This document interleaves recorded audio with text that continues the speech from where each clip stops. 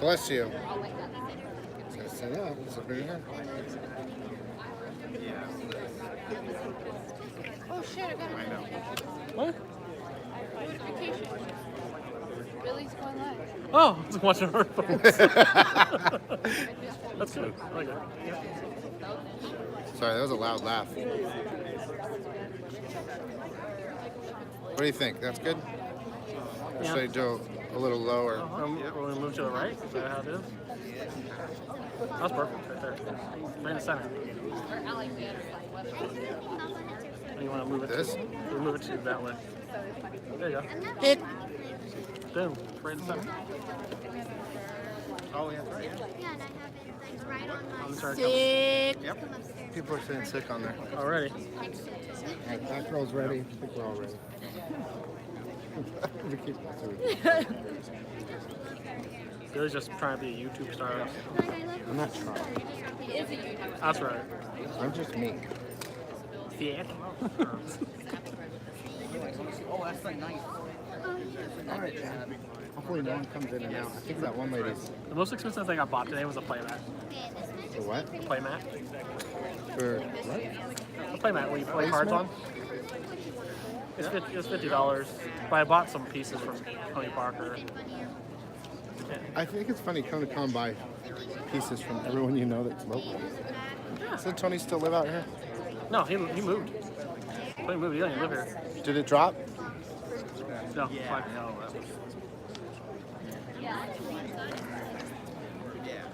Alright, wake me up when it's over. Jokes. You have 10 people I watching. think I'm going to put light on because, glasses on because the lights give me. Alright, you know, you're an old man. You can't see now. My vertigo's Start killing me. blending in. You can't breathe. Hey, John. I mean,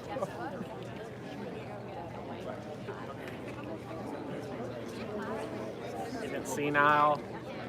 You start saying where random am I? Loki's got his horn in half of his head. Like, I don't get I like how you have your sunglasses. Wake me up later. Like I said, it's old man. Oh, it's so much better for the lights. even if it wasn't Dude, He's gonna have like those like big visor glasses that we all have. I have some in the car. Oh man, I forgot my granola bars. Time to get those. He needs his fiber. I need one too, Billy. Trust me, no I don't. $5. Promise me lunch. Well, I did, didn't I? I gave you a comment. Eat that. You got your ticket. You should ditch. Just go back.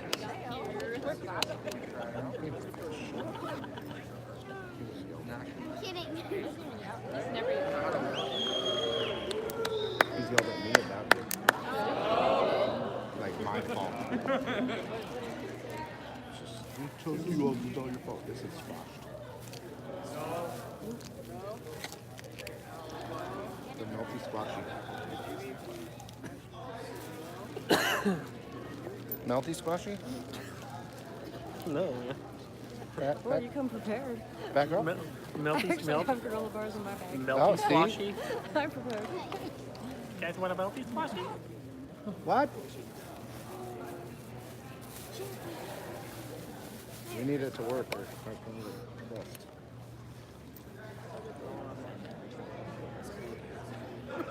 If you see a big head chin, tell me. That's what she said. Sorry.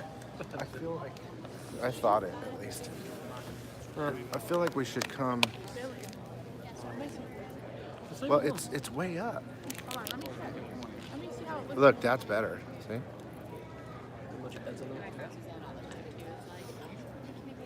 Fine, leave it there. Uh-oh. There you go. The black ballers. That's what she said. Oh yeah. I see. I knew it. I told you she'd come back. I'm just joking. How's that? Could you see it? There you go. Looks good. That's a sick jam. Give me a like. Is there a bunch of people? $20.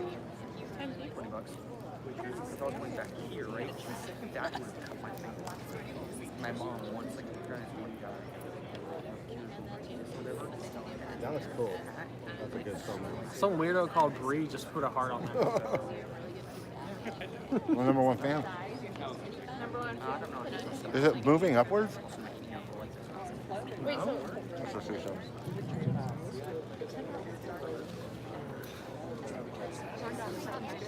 Anything sounds good. All right, let's challenge them. Sounds like you can hear me better. I can hear me better. All right, I am very, very excited to announce our next guest.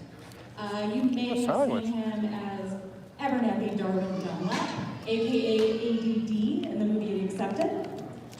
You may have seen him as Sam in The Walking Dead, R.I.P. And most recently, he stole our hearts as the Penguin. Ladies and gentlemen, help me welcome Robin Lord Taylor.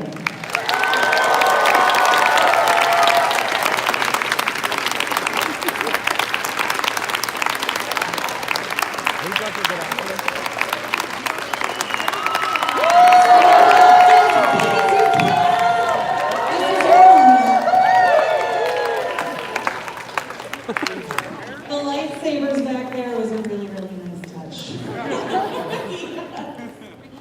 What's up, Phoenix? Yeah! You guys are so awesome. I gotta say right off the top that I do these all over the world, and like you come to a place like this, and you can just really feel the heart, and you just really feel like you're welcome in this place, and you've all done such a great job of that. So thank you so much. I really appreciate it. It makes me away from home and my cat, actually worth it. So yeah, thanks so much. Catwoman. How's your weekend going so far? It's amazing. It's fantastic. I've never been to Arizona before. This is my first time. I'm a little bummed I have to leave tonight, unfortunately, but I'm coming back. It's like, and then you get out, and I was like looking off the balcony, and you see the mountains and everything on the outside. The thing I love about Phoenix is that it's a big town, but it still has that small town feeling, which is just so special. So yeah, you guys are amazing. And also, thanks for the amazing weather. As you can tell, I'm not a fan of the big yellow thing in the sky. I was like, I'm gonna catch on fire. No, it's been amazing. So what we'll do, we have a microphone over here. So if any of you have questions, you can start lining up at that microphone, and we'll go to you in just a few minutes. I'm going to start with a few questions, if you don't mind. Let's do it. And like I said, don't be shy. You can come up, you can ask anything. He's obviously a little on the friendly side, so don't be afraid. So my first question, so I binged Gotham. It was one of those shows where I kept putting it off, and then finally I was like, I'm gonna start watching this. Yeah. And I binged it last year, and then obviously when it ended this year, I had to wait a really long time for that to happen. I know. When you binge it, it's really hard to wait a week for an episode. Yeah, totally. One of my favorite things that you said on the show repeatedly, and I don't know if it was intended to be like a catchphrase, was "Hello, old friend." Yes. Yeah, it sort of became a thing, and I love that too, because it's like, it shows, just in those 3 words, it shows the duality of Oswald, and that, he's greeting you, but there's menace underneath, you don't really know where he's like gonna be your friend, or if he's gonna stab you in the back, or both, it's a family show. Especially when you would say it to then Detective Gordon. Yes. It was one of those things because Oswald really looked up to him, and he did think that they had a friendship. Towards the beginning And I of the would show. say too that Jim and Oswald are 2 sides of the same coin. That their end goal is the same, in that they want order, and they want to be in charge, and they want their will to be the will of everybody. but the way they go about it is a little different. Yeah, it's a nice yin and yang, and I think, that was one of my favorite dynamics on the show, was just like, you have the pull of the righteous and the good, which is Jim Gordon, and then you have the pull of the dark, which is Oswald, and, weirdly that's how Gotham City works, is that, both sides of that coin. And a lot of the world, right? Balance. I mean, Gotta have the exactly, balance. totally, exactly, yin and yang. I have another Gotham-related question. So, you had a lot of different kind of looks throughout the show, a lot of different hairstyles, costuming choices.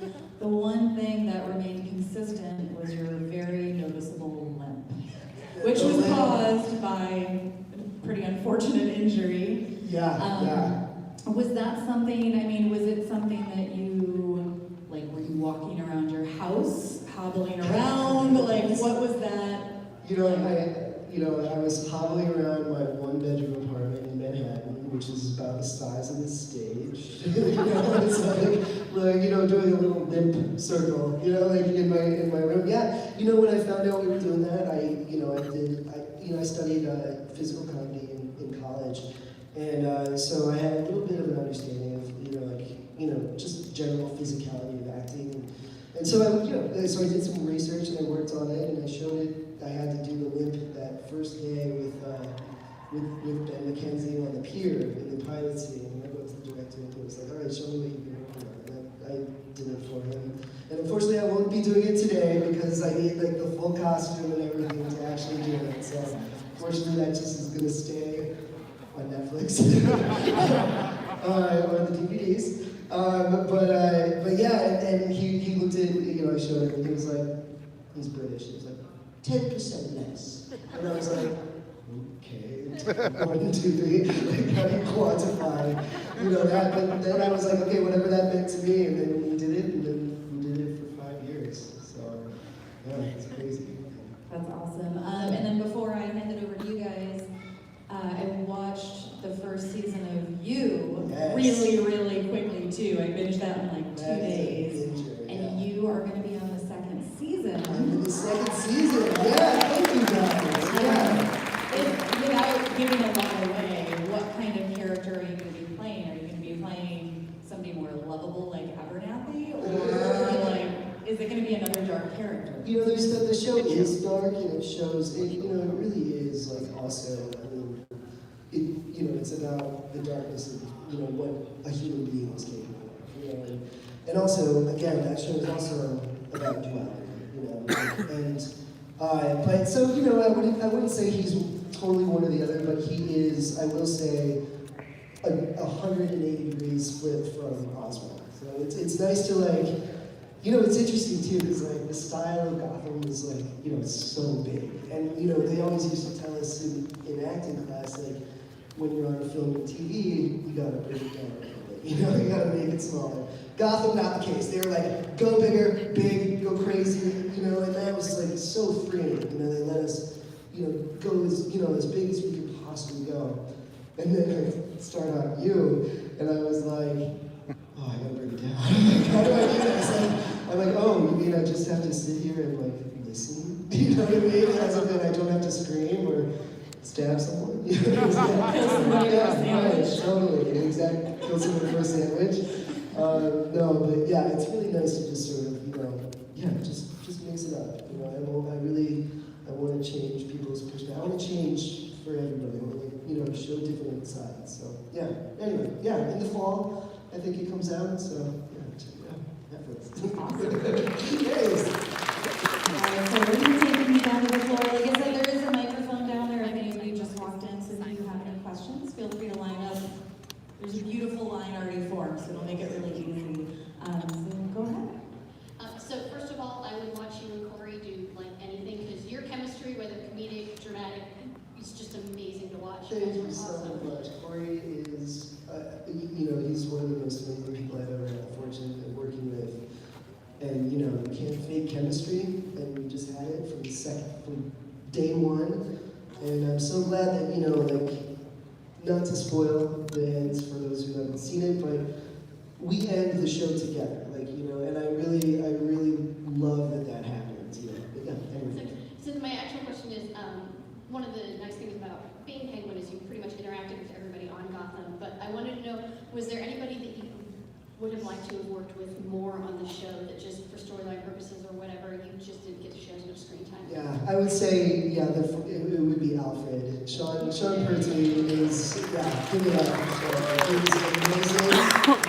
He's one of my best friends in the entire world. Like, it's amazing. He's like my brother. Like, it's just crazy. Like, I'm a kid from Iowa, and like, you know, in the middle of nowhere.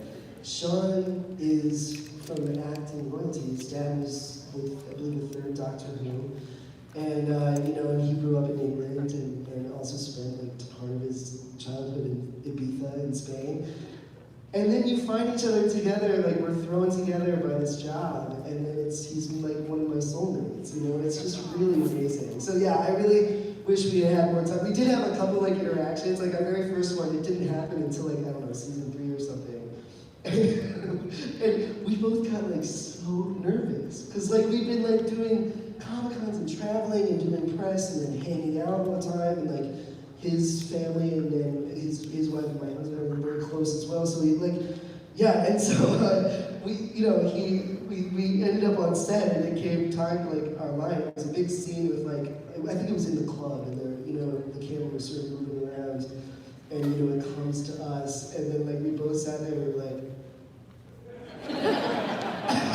because we like, it's like we immediately forgot, you know, what we were doing there, and it was just like, oh wait, I actually have to act with you. It's like super intense, but yeah, it would be Sean, for sure. Well, thank you very much, and thank you for coming. Thank you, bless you, thanks for having me.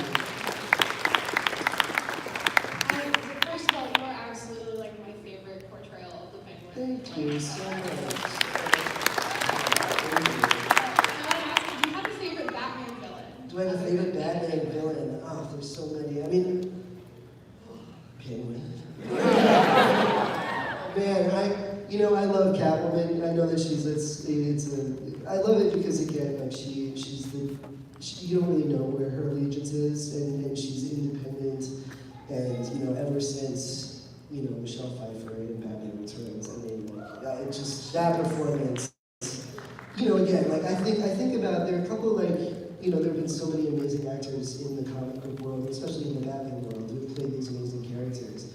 But some of them, you know, just like, you think about them and you're like, that is where the bar is set. And I think Michelle and Heath both, like, we're all just trying to touch some of that magic. And Danny as well. And so, yeah, anyway. Thank you so much. Thank you.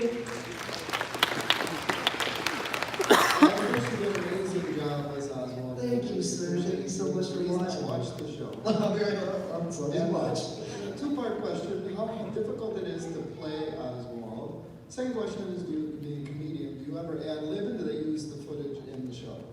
There was a little bit of ad-libbing, but you know, not quite as much. Just because, you know, we're dealing with very specific storylines, and also they just did an amazing job of capturing the writers, of just capturing my voice, like my interpretation of what Oswald was. So this amazing thing happens in that, like, you spend more than like a year on a show, and then all of a sudden the writers, you know, they're watching, they hear your voice, and they start writing for you. So then, to answer your first question, it just becomes remarkably easy. Like, I can just jump into it without, you know, like without having to prep or really think about it. It's just like, and again, like, you know, the character is somewhere ingrained inside of me, and like, you know, and I feel so fortunate. It comes natural. Thanks for Yeah. coming to Phoenix. Thank you, man. Thanks for coming, man.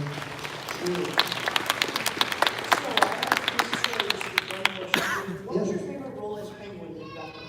What was my favorite role as Penguin? What do you mean? Like, What part did you love playing as him? what part did I love? I loved it, I mean, well, a lot. I mean, I'll say one thing, like, I really loved in season 2 when he was brainwashed by Hugo Strange, because then, you know, you got, and I love that for lots of reasons. Like, as an actor, you know, again, you don't want to just be one note bad. You know, you want to show, like, you know, the depth of this human being, and like, and then in that amazing storyline, we got to see what Oswald really would have been if the world hadn't bullied him, like if he had been treated with respect and dignity, from growing up, and so you saw this like kind, gentle, truly like lovable person, and that was just so nice to play. It was also nice to not have to scream every day. It was taxing on my vocal cords, but yeah, I think that's the first one that comes to mind. Yeah. Okay, thank you. I appreciate it. Thank you, man. I appreciate it too. Hi, I was wondering, did you have a favorite scene to film in Gotham? Oh man, yeah. There were so many. Oh my goodness. I mean, first of all, what comes to mind? I think about. I was just saying backstage. Carol Kane played my mom. Paul Rubens played my dad. It's very books of my age, I've been watching their stuff since as long as I can remember. And then, so I think, hands down, I have the best TV parents in history. So any of those, the storylines with them were really, really special to me. Because again, you got to see that heart, that there was a gentle person inside there, and you got to see the only people who actually truly loved him, and that was really nice. So yeah, I'm gonna say that. Thank you. Thank you, man. Hi. Say hi to your cat for me, and I will. Thank you. as we know that Gotham kind of sped up towards the end because like some seasons were kind of like canceled, I guess. How do you feel about that, especially since last episode, they had to quickly like bring it back to present, just all of it was kind of crammed together? Yeah, I mean, I feel, first of all, I feel gratitude because they almost canceled us at the end of season 4, which ended on a cliffhanger, which, we left season 4 being like, we're ending on a cliffhanger, we're definitely coming back for season 5. And then it was like the deadline, like we were the last show picked up by Fox for that year, which, so we were all sweating that we weren't going to have any sort of closure at all, which was really scary. But so, anyway, first of all, I'm grateful that we even had anything, which is amazing. But I'm also, it's a little frustrating because, it's 12 episodes, it's hard to tie up such a big show with so many storylines. I think they did an amazing job. Super proud of the finale. But again, it would have been nice to have you there. Yeah, so good. And then leading off that, I think I saw an ad, and there's going to be like another prequel to Alfred. Yeah, Pennyworth, yeah. I think it's on Epix. I think it's like a BBC production that's on Epix or something. But yeah, it looks so great. And that was also created by our executive producers. So it's going to have a very, it's going to be totally different than Gotham, but still have that core feeling to it. So yeah. All right, can't wait to see that. Yeah, it's gonna be amazing. All right, thank you. Thank you. Have a good day. Hey, how are you doing? I'm doing very good. Good. As an actor, you often go through a lot of shots in film. Were there any shots that you wish had gone into the show, or some shots that you really wish hadn't gone into the show and they were swapped out? Yeah. Well, I can't think of anything specific off the top of my head, but it's frustrating, like when you watch the shows back and taking everything that we had done and then trying to cram it into 42 minutes, stuff gets dropped all over the place. So like every episode there would be, there would be things that didn't make it in, and that that was always like sad, because you want everything to be in the thing. It's like, why are we doing it? It's not gonna end up in the thing. But it's still like I think like in a weird way that sometimes works to our advantage because we kept the show moving. Like the show has this great momentum behind it. So yeah, it's the nature of the beast. That's just how it goes. Yeah. All right, thank you so much. Thanks, man. Have a good one. I feel bad. I keep looking this way. Hi. How are you? Good to see you. All right. If you've ever been in any stage productions, what was your favorite? Oh man, what's my favorite? Let's see. This is a funny story. So I was in a play, my first big play at Northwestern is I went to school in Chicago, and I was a theater major. And freshman year, I didn't get cast in anything, which was fine. I was still sort of figuring it out. And then my first big play was fall quarter. It was this play called Love, Valor, Compassion. And it's a play about gay guys, and to be blunt, and it tracks them over a summer. So it's like it's the 3-act play each weekend. One is like Memorial Day, 4th of July, and then Labor Day, and it shows what happens to these people. The play opens with me naked, making out with a dude. That's how the play opens. And you know, my dad, bless his heart, my dad was 55 when he had me, so he was much older. I didn't tell him what the play was about. I just said, Dad, you guys come to the play. And he went, and he sat through the whole thing, and I totally blew his mind. Like, he was not expecting that at all. But, again, as a testament to him, you know, we all as kids, we put our parents through all kinds of situations, and parents, they learn from their kids in that way. And my dad, went from being someone who wasn't particularly supportive of any sort of LGBT situation. He went to being one of my biggest supporters ever. And thank you so much. And he never, even though he saw that and it scared, freaked him out, rightfully so. He wrote me a letter that night in the hotel room, which, he just had to say everything that was on his mind. I still have it. But he never gave up supporting me, he was an actuary too, he was a math person. And he has this son who's gay and an actor and naked on stage, He still was there for every other show. He was my biggest supporter, and yeah. So anyway, big shout out to all the dads out there. You know that guy. I'm into math too, so. Hey, Grace. Thank you. Hey, what's up? I'm good. I love the voice. You got the outfit. It's great. Thank you. Favorite Marvel and/or DC film?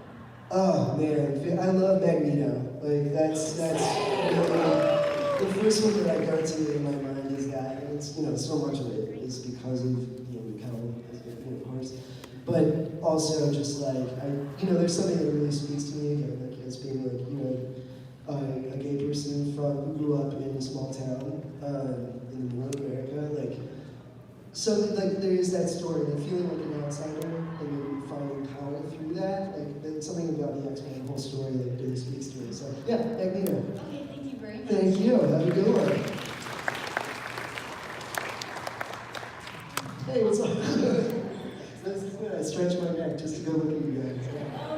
Before I ask my question, you're my biggest inspiration for acting and stuff. Amazing. So Thank you. my heart is racing right now. It's okay. It's okay. Shake it out. Who was the first person that you told when you found out you got the role of Oswald? The first person I told, I told my husband. I called my husband, and I called him, and I was like, I got it. And he was like, he screamed, and then he immediately was like, call your mom. Hung up, and that's literally what I said. I was like, I got it. Scream, call your mom. And then I called mom. And my dad was still with us at that point, and I got to tell them, and I just got, I could get emotional talking about it now, but the fact that I was able to give them that relief, again, they supported me all through, the lean years, and they were terrified as much as I was, is he gonna have health insurance? Is he gonna be able to, buy a house someday? What is he gonna do? As a parent, I can only imagine, how stressful that must be. But then I got to give them that gift of saying, it was worth it. It happened, I did it. It was the best moment of my life.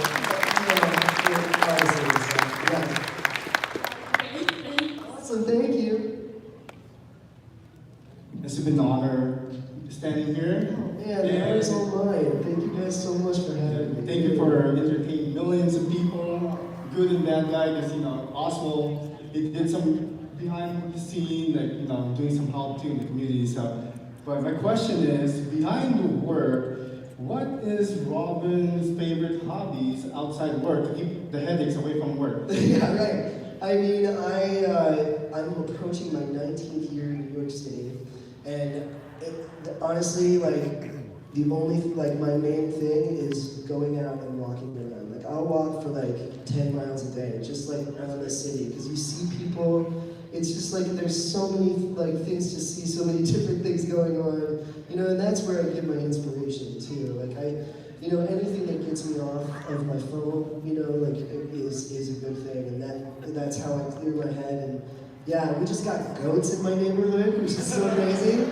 Yeah, we live right by Riverside Park, and so they're releasing all these goats to eat all like the vegetation and stuff. And so yeah, I'm going home to see the goats. I'm telling you, yeah.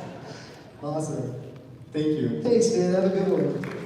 I wonder if the goats know that they live in New York City. I know, right? Yeah, I wondered that too. And I was also like, apparently, yeah, they sleep outside too. And I was like, New York has really changed, you know? like you know, when I was a kid going to New York, you know, you were terrified for your life. Now it's like, you know, the goats are fun, sleep out. You know, if this was like 25 years ago, those goats would be like, they'd be on a sandwich at this point. Yeah. Hi. Hey, what's up? Gotham is my favorite show. Nice, man. Thank you. I got a question. Yes. Will Penguin ever return for another season of Gotham? I mean, well, not for Gotham, unfortunately, because that's done. But you know, if they had a spin-off in mind, like maybe something me and the Riddler, and if Corey was into it too, I'd be there in a heartbeat. So, you know, who knows? You know, I don't like this. I'm always like, they brought Roseanne back, so not for long, but they brought her back. They brought her family back. And anyway, yeah. They brought Dan back and he died. They can do anything now. Yeah. Thank you. Thank you, man. Have a good one. Cheers. Hi. Hi. Like everyone else that's here, you're one of the reasons that I watch Gotham, and kind of like the best reason. Thank you. I love your character and your interpretation of the Penguins. Thank you. I was two little unrelated things, but I was wondering if you think, as an actor, whether your sexuality impacted the direction they went with your character, and just a little tangent, but what one of your favorite fabulous costumes was that you wore on stage, because your costumes are awesome. I had the best costumes. I may have kept a couple. What's that? I kept the black suit from season 5, because that was one of them where I was like, oh no, I could actually wear this. You know, like this could actually be worn somewhere else. So I kept that one, and I have worn it to a fancy party, so I was like feeling that. And then the other one I kept was it appeared in, I think it played in season 4, but we brought it back. There's a little fantasy scene in season 5 with me and the Riddler. And it's this amazing purple tuxedo with tails, like, and it also like fits like, you know, a glove. Like that one was awesome. My favorite one that I kept. And then in terms of the question about sexuality, I mean, I'll never know. I imagine probably it like opened their minds to different possibilities. You know, like where we could maybe address this in a different way. You know, and that's entirely possible. But you know, I hope that also, like, going forward, and it is becoming different. It's different now than it was when I was starting out, for sure. You know, like when I was starting out, the fact that just the thought of being out of the closet was like, people would tell you, no, don't do it. Like your agents would be like, no, don't do it, you know. Mine didn't, but you know, it was known in the industry that it was a big no-no. Now, I'm hopeful that we're finally at a point where, you know, and I hope that, I hope I'm a good enough actor too, where I can like subvert people's expectations and also like play again to people totally different than who I am, you know. And so yeah, that's my answer to that. Thank you so much. Hello. What's up, buddy? Your performance was what got me watching Gotham. You're really good. Thanks, man. Based off someone else's question, I like how you like Magneto as a character. He's one of my favorite characters as well. Penguin has done a lot of bad things in Gotham, so what's one of your favorite bad things that he's done? chopping up my step siblings and feeding them to them.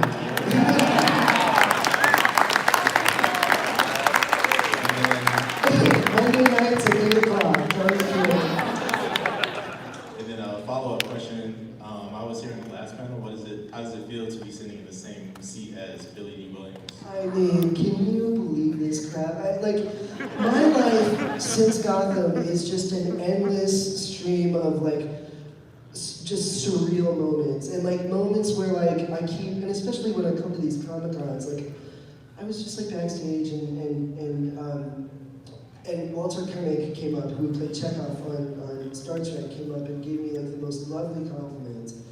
And I grew up watching Star Trek, and I'm a huge Trekkie, so that's insane. And then Billy D. Williams, growing up with Star Wars, and knowing that he sat here, and then I go into the green room, and I'm black and blue for pinching myself. It's just to be considered just even in the similar world as legends like Billy D. I mean, I could only aspire to be as amazing as he is. And it's nice when you actually go and you get to meet your heroes, and they're actually down and earth, lovely people. It's amazing. It just brings everything sort of full circle in this way. Yeah. Thanks. Thank you. Nice meeting you. Thanks, man. You too. Hi. So I'm at my school. We have theater, and I'm absolutely in love with theater. But this year we're doing Addams Family, the musical. I love it. Awesome. And I'm hoping to get one of the main roles, which are very dark. Yeah. But I wanted your advice of how do you get into character? What is your inspiration? Oh man. Well, first of all, I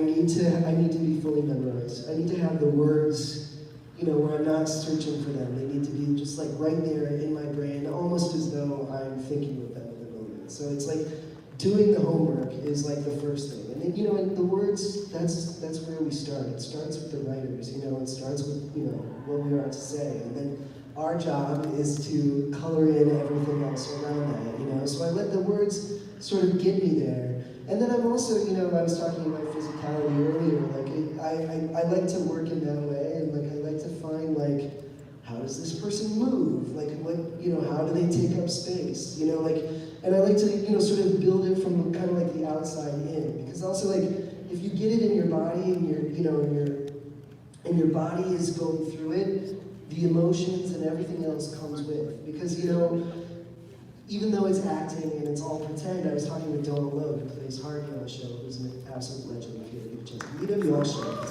Amazing.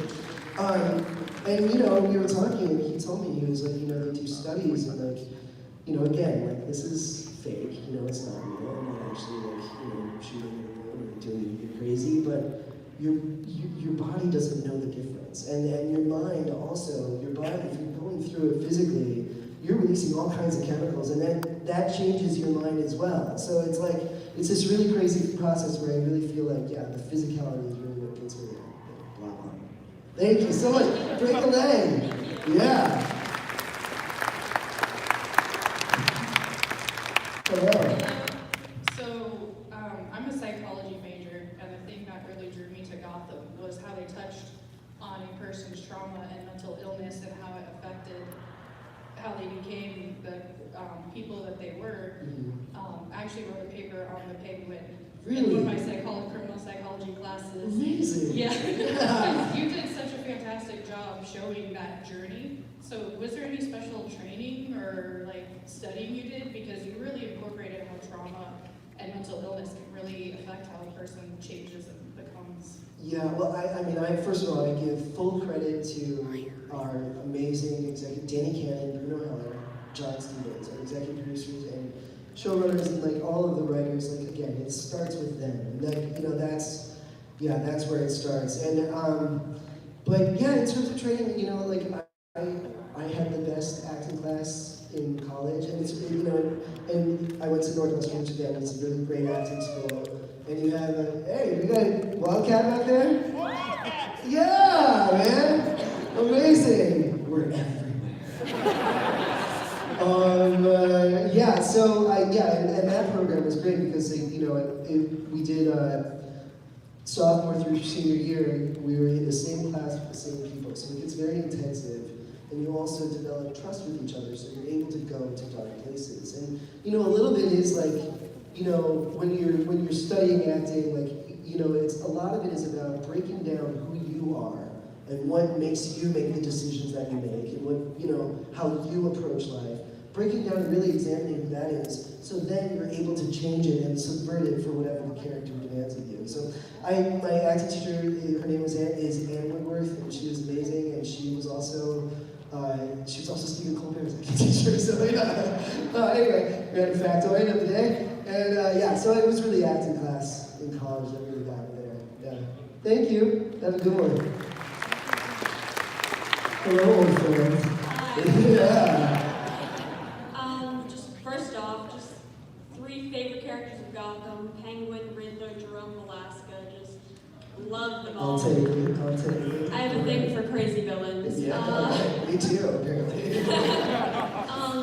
Also say hi to the cat and goats back home. I will. But for my question, you said that you always just know your lines, but were there ever any crazy mishaps and or pranks while filming? Corey and I, we did like this light little prank war in the very beginning, and then it got to the point where both of us were like, all right, can we just be friends?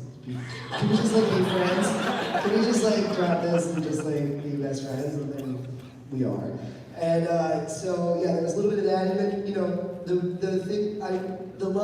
we never really had problems with people dropping their lines. It was more like, for me personally, there's one season where if you look, I'm wearing a pair of $5,000 Dolce & Gabbana shoes that have studs all over them. Now just try and limp in one of those. I mean, like, that was like, and then on top of it, there's so many crazy moments where like I'm jumping and I'm running, and but with a limp, I've wiped out like at least 5 times, like fully on camera, so that was the mishap that, that really got to me. Thank you. Thank you. What's up, man? Don't really have a question, but more of a statement. Where Batman had the Joker, Jim Gordon had the Penguin on this show, and I've just noticed that you went from becoming Jada Pinkett's umbrella boy to the King of Gotham, and I just thought that the Penguin basically had the greatest character development out of the whole show. I mean, you ran the show basically. Thanks for watching it, man. That's amazing. Yeah, to touch on that, I mean, I think about like, like people ask me a lot, like, are there similarities between you and Oswald? And the first thing I always think is ambition, like understanding what it feels like to be, discounted, to be like pushed aside, to be, underestimated. I know how that feels, and so I identified with him there, and yet still trying to take that feeling of what, of feeling like an outsider and subverting it and, sticking in their faces and ending up as the King of Gotham. And like, that is like, I think like I take inspiration from that, from the character. And again, like when at the end of season 1, when I'm standing, when I threw fish off the roof, and I'm standing at the top, screaming, I'm the King of Gotham. We were shooting in Brooklyn, and I'm standing on the top of the building, and I'm looking right at the Empire State Building. And I'd been in New York for 15 years at that point, and it was a struggle at times. Looking at this Empire State Building, screaming, I'm the King of Gotham, and I was the King of New York City that night. No one can tell me any differently. And I was like, I am here to stay! I just seen you in the movies again tonight, actually. Oh, you gonna John Wick 3? Yeah. Nice, man, yeah, if you haven't seen it, don't get too excited, it's like literally 30 seconds. But I'm in the #1 movie in the world right now, so I don't know, that was the thing, they called me up and they were like, it's a really tiny role, do you want to do it? And I was like, I will like hold Keanu's coffee for him. That's what I want to do. Like, I would do anything to be on that show. Like, I was such a huge fan of the first 2. And so, it was really another pinch me moment, Yeah, so, anyway, John Wick 3, check it. Years. I mean, to piggyback on what you were just talking about, how your character went from Umbrella Boy to becoming the King of Gotham.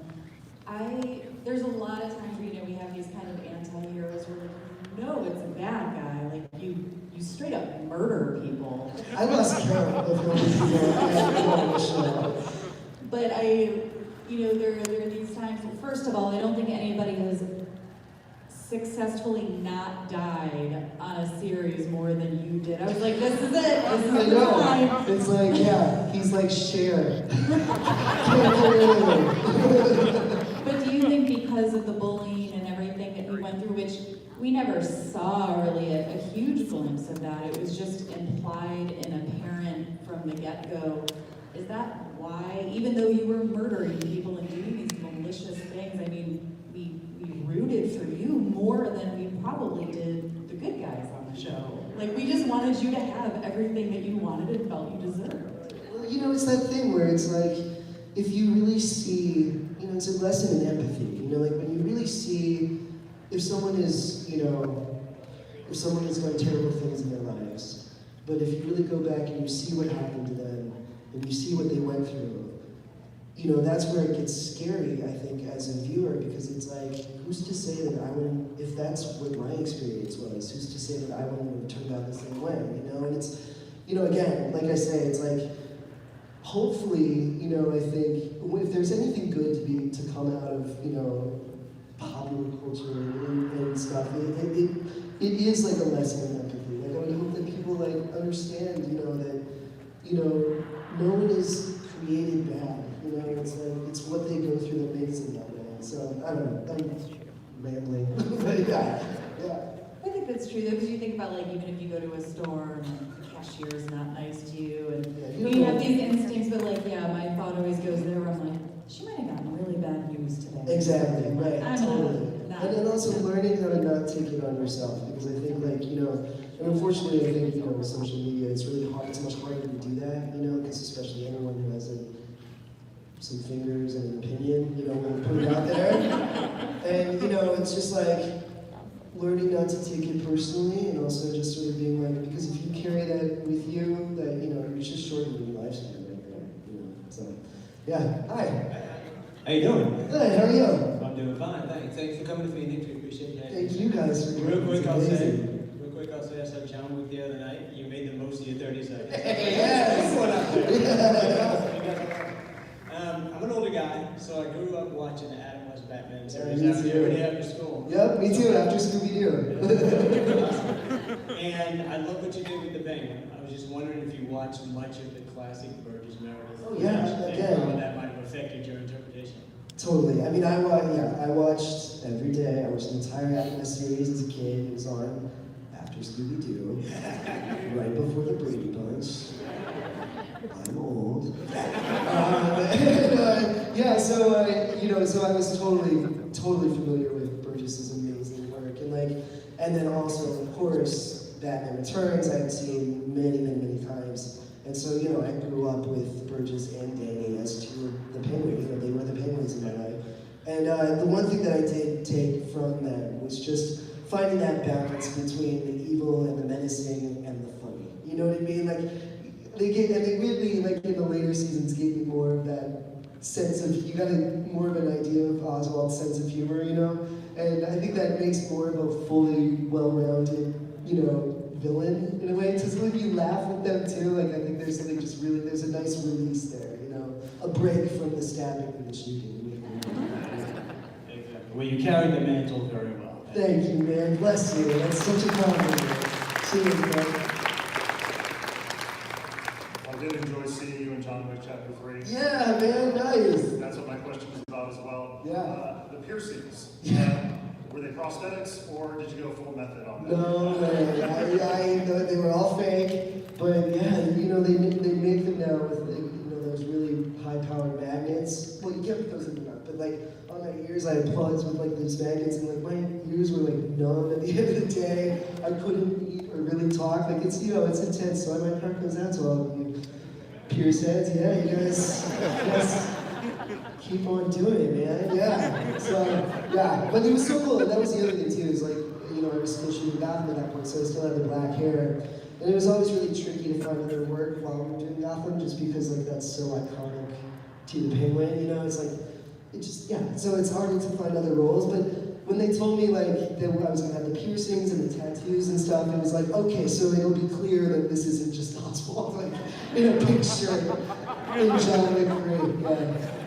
Thank you. I hope you get a spin-off for your Thanks, man, bless you. Tweet more guys, I don't know.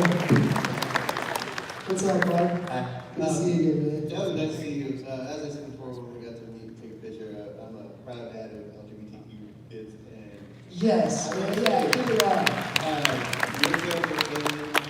They touched bases a little bit on it, and I wanted to say thank you because as a dad, it's hard to find shows and representation for my kids to watch where it gives, you know, relationships, you know, outside of the societal norms. So I want to say thank you on that, immensely from the bottom of my heart. I love that you're a Star Trek fan. Yes. Yeah, it's like the only show that I can let them watch. Say, hey, look, love is love. And, you know, that was one of those things. And then the other thing is I wanted to let you know that moment when you and Fish Mooney were together at the last. Oh man, that was like yes. That was hard. That was hard to watch because it was just like so touching, and it was just like seeing that your acting ability, which you are a great actor. It was like amazing to watch you, you know, pull that off of going from this, oh, I've got to like destroy you to, oh, wait a second, you know, you and I are together. Right? Oh, amazing, man. And that was all real too. Like Jada is hands down one of the most amazing people I've ever worked with. No ego at all. Like down, ready to work, knew her lines. You know, all the things you want when you meet a legend like that. You know, you just like praying that, you know, their reputation will hold up, you know? And so she was amazing, and also when I started this, you know, this has like been such a crazy ride, like doing this, like I didn't know how to talk, like doing like press lines and like, you know, interviews and stuff, like it's really hard to, you know, when you're first going into it, it's terrifying because, you know, you don't have like a fake nose and crazy hair to hide behind, you know, it's like actually like me, like how do I talk, you know? And so they paired me with Jada, and she took me under her wing. She taught me so much about how to be poised, and also how to have dignity. And you know, because you know, again, you know, like as an actor, you know, a lot of people feel like they know you, and feel in some instances they feel like they can say anything they want. You know, things that they wouldn't say to a stranger. You know what I mean? They'll say to you because you know, again, it's a human thing. You feel like you know these people. You spend a lot of time with them, watching them. But she just like by leading by example taught me how to have dignity and how to stand up for yourself, and I just think the world of her. So you know that moment, again, I was so sad that it happened, but I was so happy it was she and I, you know. Yeah. Thank you so much. Thank you, man. Oh, I love you, man. Love you forever. Take care. That's so great. Hi. You're looking good, man. Thank you. Big Gotham fan. Awesome. However, I do want to ask you, what was your initial reaction when you got the phone call for Beyond the Walking Dead? And then be like, hey, we want you back. However, you're going to die. right, totally. Well, that's the thing, yeah. So The Walking Dead was before Gotham, and, you know, I was a fan of the show. So, like, you know, I was, it was just another dream come true. I was walking through Central Park with my husband, and then I got the call, and I just sat down on the ground, and like it was just like, oh, you know, I felt like I was, I don't know, that if you believe in, I feel like God like touched me at that point, and it was just amazing. And so that moment was incredible, and then you know, and so we shot that thing, and on Walking Dead they don't tell you anything, like you don't know. Like, they didn't give me any of the rest of the script of that episode. Like, they just gave me the scenes that I was in, which, you know, rightfully so. They're very, you know, protective of their storylines, which I get. But anyway, I was sitting with my friend Brina, who played my girlfriend on the show, and unfortunately, we all knew that she didn't make it because they found her leg in a bush. You know, as it happens. And so we knew that she was gonna leave, and she was like, "You're not dead, and you have Rick's watch." And I was like, I have Rick's watch. I have Rick's watch. You know, like, and so, but still, they didn't tell me anything. And so, like, in the meantime, I go back to New York, and months pass, and then I get an audition for a show that ended up being Gotham, And I booked that, and we shot the pilot, and then we had a couple months between the pilot episode and the second episode, between just while they, figured out, whatever, did their network thing. And that's when I got a call from The Walking Dead, they're bringing me back. And so I was like, yes! And I was like, my hair's black. They're like, no worries, we got you. They got a wig that cost more than it did to pay me to be on the show. No problem, I would have done it for free. But yeah, they brought me down and they're like, yeah, here's the deal. They're bringing you back just to kill you, but you have no lines. But you're the first to die in season 5. I was like, I'll take it. Sign me up. Sign me up. And then of course when I read the scene, like, if you're gonna go, that's how you want to go on The Walking Dead. Like, just gushing blood, like as gnarly as possible. It was amazing. So yeah, but then it was funny, like I ran into, I see Greg Nicotero directed the episode where I died. And he's co-creator of the show, absolute special effects, and everything else genius.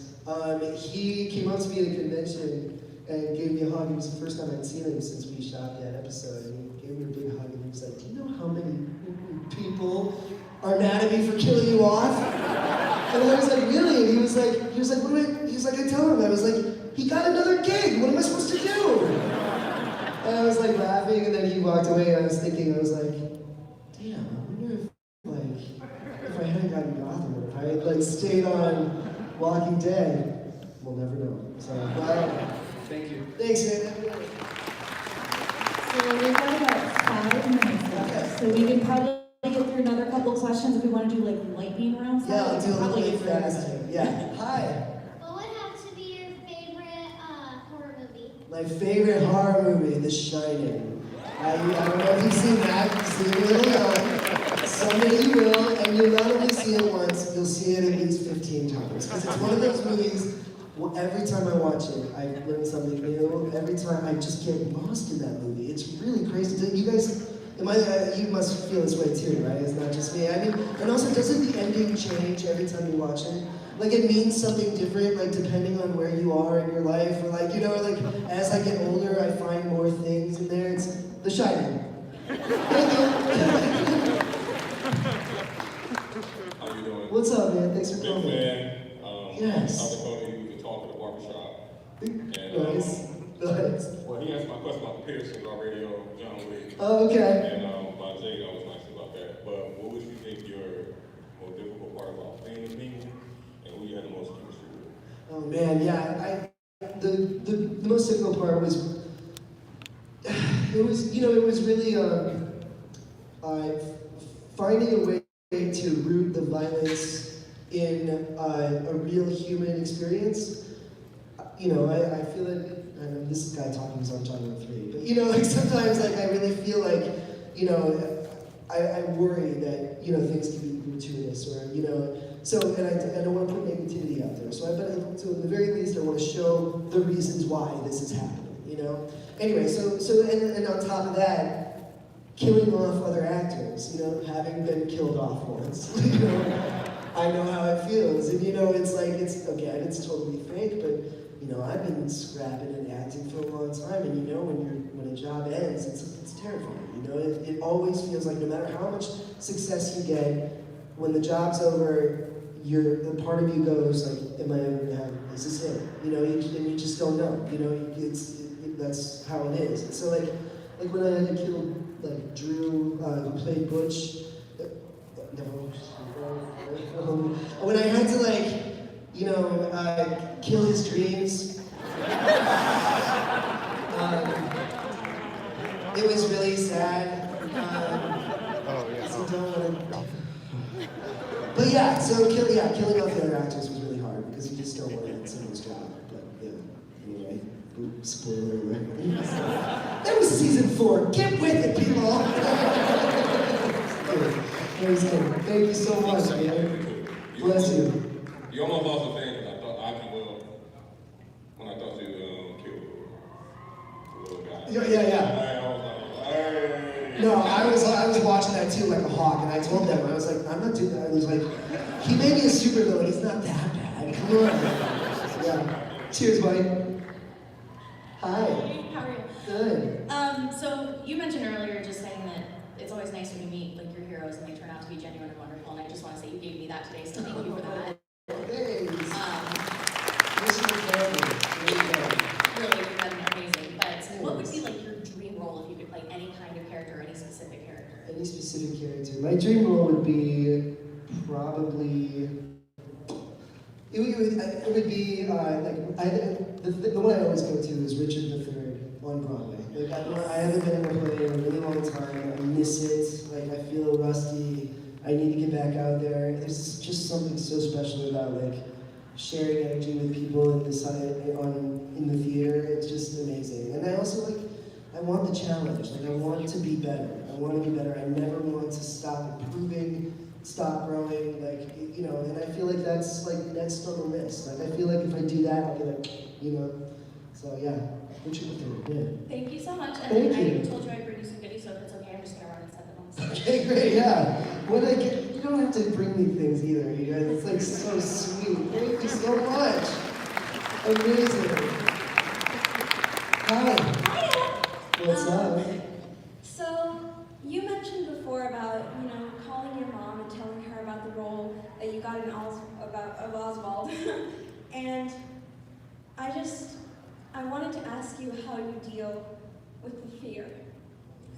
Yeah. Okay, how do you know you're gonna make it? How do you deal with the fear of reassuring them and yourself? Yeah. I wish I could have one magic statement that would just that would say it all, but it's a daily process, and it really is it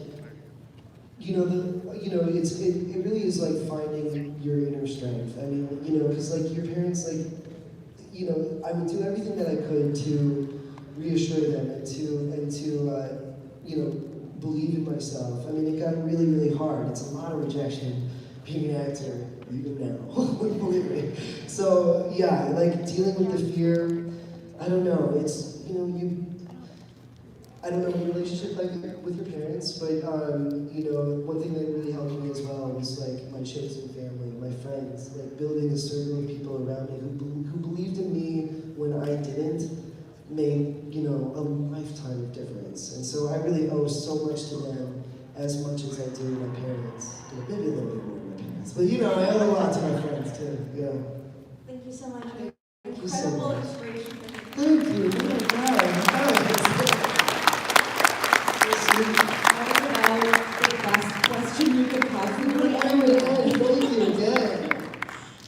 So if you guys still have questions for Robin, you're going to be back at your table at 4, so in Back just a at few 4? minutes. Yeah. So you guys definitely stop by, talk with him, grab a photo, grab an autograph. That'd be awesome. Just come up and say hi if you want. Yeah.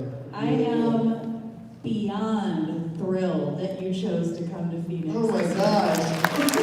Shout out to